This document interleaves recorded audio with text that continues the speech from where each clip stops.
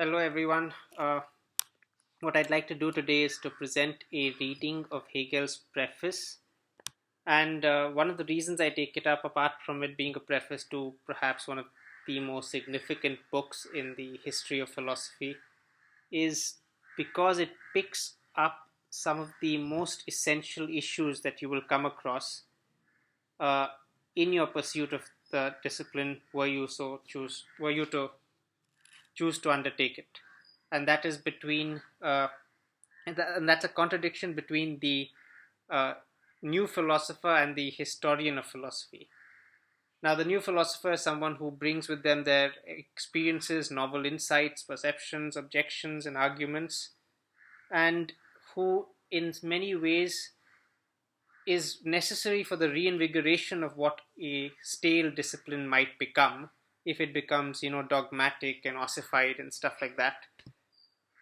The historian of philosophy is someone who is aware of the present state of affairs, who knows what the schools of thought are and what they do, where they agree, where they converge, where they diverge, where there are frictions, and where there are consonances. Now, these two figures are not necessarily the same as the student and the teacher. The teacher and the student have a relation which becomes dialogical, whereas these two may simply see at cross purposes with each other. And yet, they are essential for the discipline as a whole. As Hegel would point out, it may not be possible to think of philosophy as a subject without uh, drawing from these uh, points of view. Now, without any further introduction, let me begin.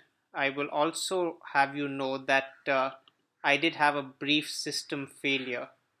The Mac that I was recording on, it ran out of memory. Like this was both data in the hard drive and working memory, so the video didn't get saved in any format. It had a 0-second time signature. And this is the second take of the video that I was shooting today, so excuse me if I'm not as enthusiastic as the first time around. In getting to the reading itself of the preface,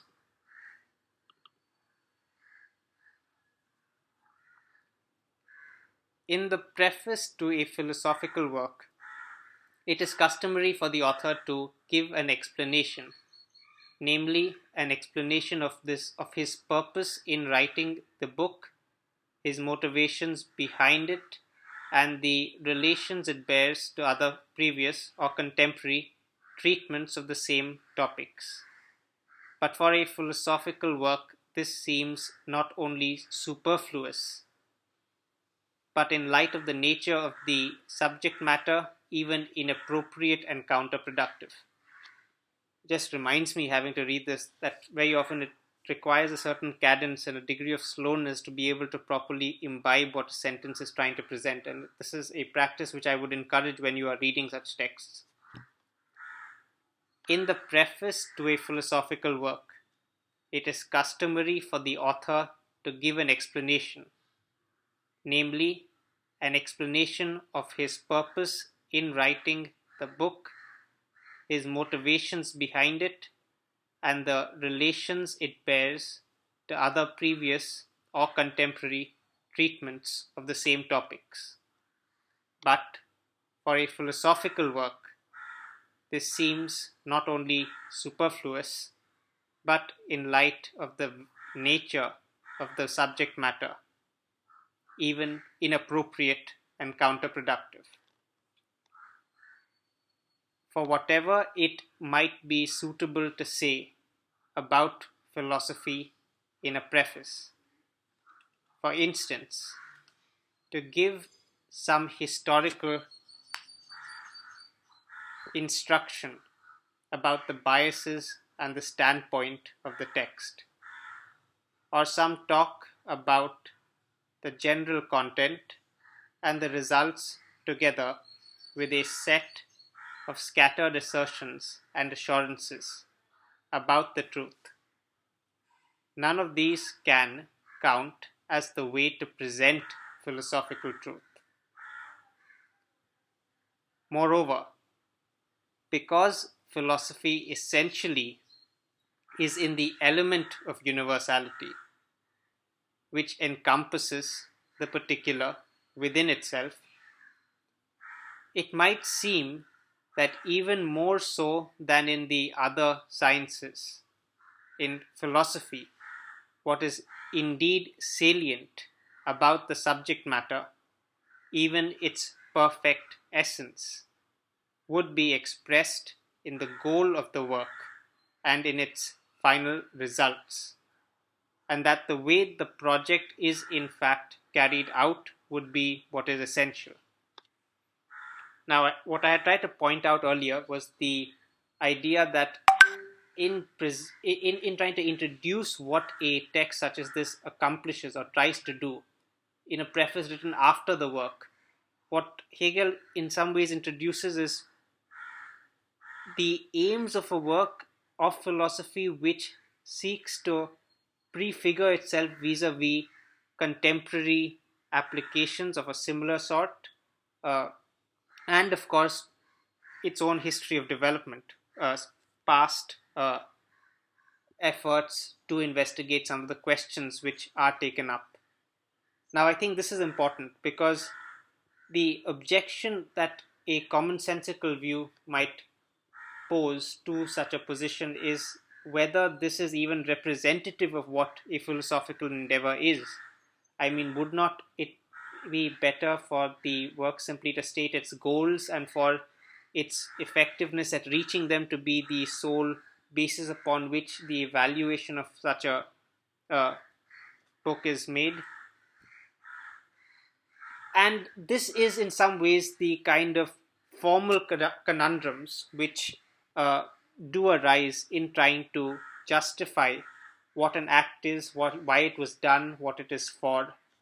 And having said that, let us begin to return to the text again and read.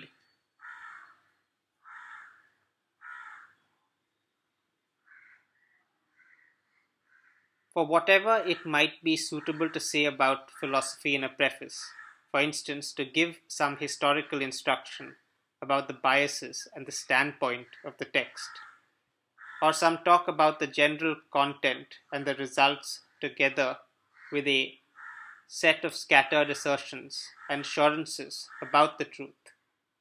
None of these can count as the way to present philosophical truth.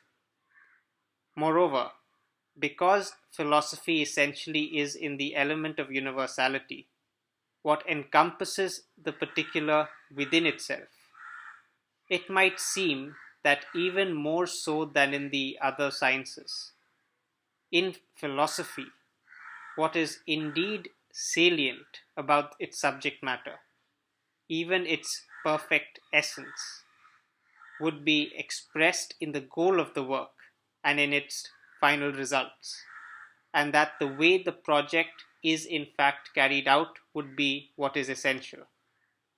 In contrast, if a person were to have only uh, a general notion of, for example, anatomy, or to put it roughly, if we were to have an acquaintance with the parts of the body taken in accordance with their lifeless existence, nobody would thereby think that he has come into full possession of the salient subject matter of that science.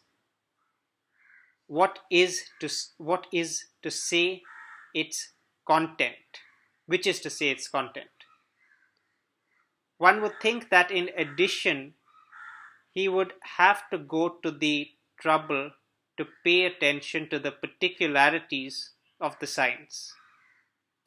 Furthermore, that kind of an aggregation of little bits of and pieces of information has no real right to be called science, and a conversation about its purpose and other such generalities would be in no way distinct from the ordinary historical and uncomprehending way in which the content or these nerves and muscles and so forth is itself discussed. In the case of philosophy, on the other hand, this would give rise to the following incongruity, namely, that if philosophy were indeed to make use of such a method, then it would have shown itself to be incapable of grasping the truth. And I think there's a very important distinction between form and content which already arises here. And the example that's presented to us is whether for example, corpse or an understanding of the parts of a body are in any way congruous with what an understanding of life as a whole would be. And one would say that no, has to do with the anatomy and the other has to do with the maybe a living system or something of that sort. And this is an analogy made. And it's important that when we approach a work such as this, we recognize that what is really being presented as a philosophical exposition is a evaluation of the means via which curiosity seeks to inquire into the object of its interest and the form of its expression in that pursuit. In being able to account for this study, we have, in some senses, a discipline. Coming back to the text, determining the relation that a philosophical work professes to bear vis-a-vis other efforts at dealing with the same object also introduces an extraneous interest, and it thereby only renders obscure what is supposed to be at stake in taking cognizance of the truth. The more that conventional opinion holds that the opposition between the true and the false is itself fixed and set, the more that it customarily expects to find itself in either agreement or in contradiction with any given philosophical system. And if so, then in any explanation of such a system, the more it will only see the one or the other. It does not comprehend the diversity of philosophical systems as the progressive development of truth as much as it sees only contradiction in that diversity. The bud disappears when the blossom breaks through, and one might say that the former is refuted by the latter. Likewise, when through the fruit, the blossom itself may be declared to be the false existence of the plant. Since the fruit emerges as the blossom's truth, as it comes to replace the blossom itself, these forms are not only distinguished from each other, but as incompatible with each other. They also supplant each other. However, at the same time, their fluid nature makes them into moments of an organic unity in which they are not only not in conflict with each other, but rather one is equally as necessary as the other. And it is this equal necessity which alone constitutes the life of the whole. However, in part, contradiction with regard to a philosophical system does not usually comprehend itself in this way, and in part, the consciousness which apprehends the contradiction generally neither knows how to free the contradiction from its one-sidedness, nor how to sustain it as freestanding, nor when it seems to be in the shape of a struggle against itself, does it generally take cognizance of the moments as reciprocally necessary. Now, this, of course, almost stretches the limits of analogy. I mean, there's a way in which the example of the plant is provided beautifully, in which its organic development represents subsequent stages, as it were, that uh, are equally necessary for the life of the whole. And in our investments in schools of thought or perhaps in practices, we perhaps forget how they actually may have originated in the first place and whether they were dependent on conditions external to their own uh, uh, origins.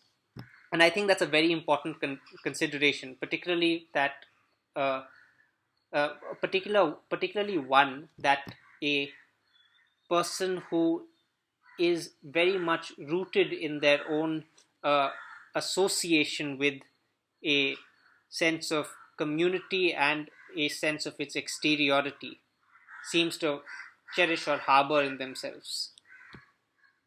Uh, but we can get that to we can get that we can get to that later at another point.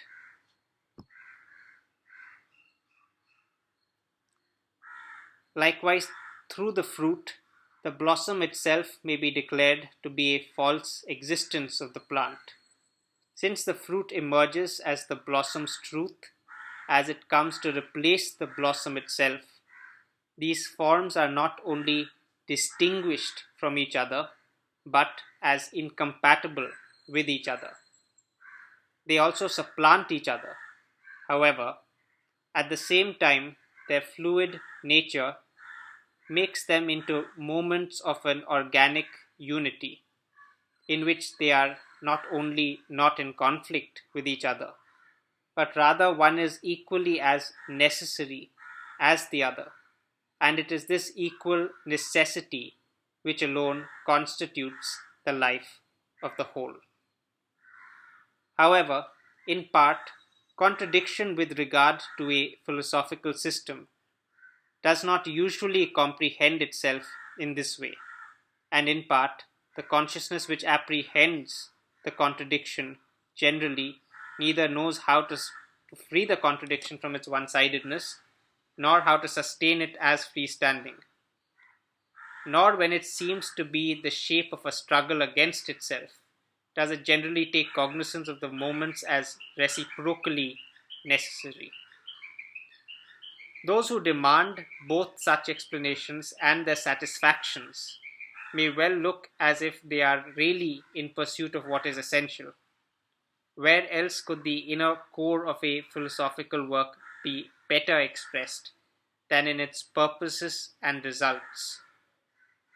And how else could this be more determinately discerned than by differentiating it from all the other things that this age brings out in the same sphere? However, much that sort of doing is supposed to count for more than just the beginning of cognition, or if it is supposed to count as actual cognition itself, still it is in fact to be reckoned as being little more than a contrivance for avoiding what is really at stake, or as an attempt to combine the semblance of both seriousness and effort while actually sparing oneself of either seriousness or effort. This is so because the subject matter is not exhausted in its aims. Rather, it is exhaustively treated when it is worked out. Nor is the result which is reached the actual whole itself. Rather, the whole is the result together with the way the result comes to be. The aim for itself is the lifeless universal, in the way that the tendency of the work itself is a mere drive that still lacks actuality. The unadorned result is just the corpse that has left the tendency behind. Likewise, differentiatedness is instead the limit that the limit of the thing at stake. It is where the thing which is at stake ceases, or it is what the thing is not. To trouble oneself with such purposes or results, or to make distinctions and pass judgments on one or the other, is thus an easier task than it might seem to be. Instead of occupying itself with what is at stake, this kind of doing has always thereby gone one step beyond it. Instead of dwelling on the thing at issue and forgetting itself in it, that sort of knowing is always grasping at something else. It instead remains in being at one with itself as it is at one with the matter at issue and gives itself over to itself. I think this is an important question. I mean, in terms of how one thinks of the notion of the self, I think it's worth repeating. It instead remains in being at one with itself as it is at one with the matter at issue and gives itself over to its. I think this is almost like a demarcation of a tendency that he was trying to make here as to where does differentiatedness step in and what its purpose is in a philosophical work,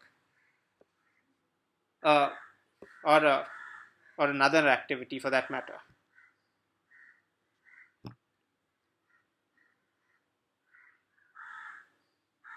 Instead of occupying itself with what is at stake, this kind of doing has always thereby gone one step beyond it. Instead of dwelling on the thing at issue and forgetting itself in it, that sort of knowing is always grasping at something else.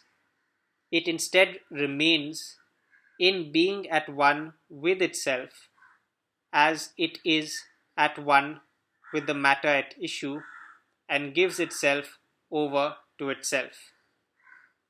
The easiest thing of all is to pass judgment on what is substantial and meaningful. It is much more difficult to get a real grip on it. And what is the most difficult of all is both to grasp what unites each of them and to give an exposition of what that is. The beginning both of cultural education and of working one's way out of the immediacy of substantial life must always be done by acquainting oneself with universal principles and points of view. Having done that, one can then work oneself up to the thought of what is at stake and, of no less importance, to giving reasons for supporting or refuting one's thoughts on those matters. One must grasp the subject matter's concrete and rich fullness according to its determinateness, and one must know both how to provide an orderly account of it and to render a serious judgment about it. However, the commencement of cultural education will first of all also have to carve out some space for the seriousness of a fulfilled life, which in turn leads one to the experience of the crux of the matter, so that even when the seriousness of the concept does go into the depths of the crux of the matter, this kind of acquaintance and judgment will still retain its proper place in conversation. The true shape in which truth exists can only be the scientific system of that truth. To participate in the collaborative effort at bringing philosophy nearer to the form of science, to bring it nearer to the goal where it can lay aside the title of love of knowing and be actual knowing, is the task I have set for myself.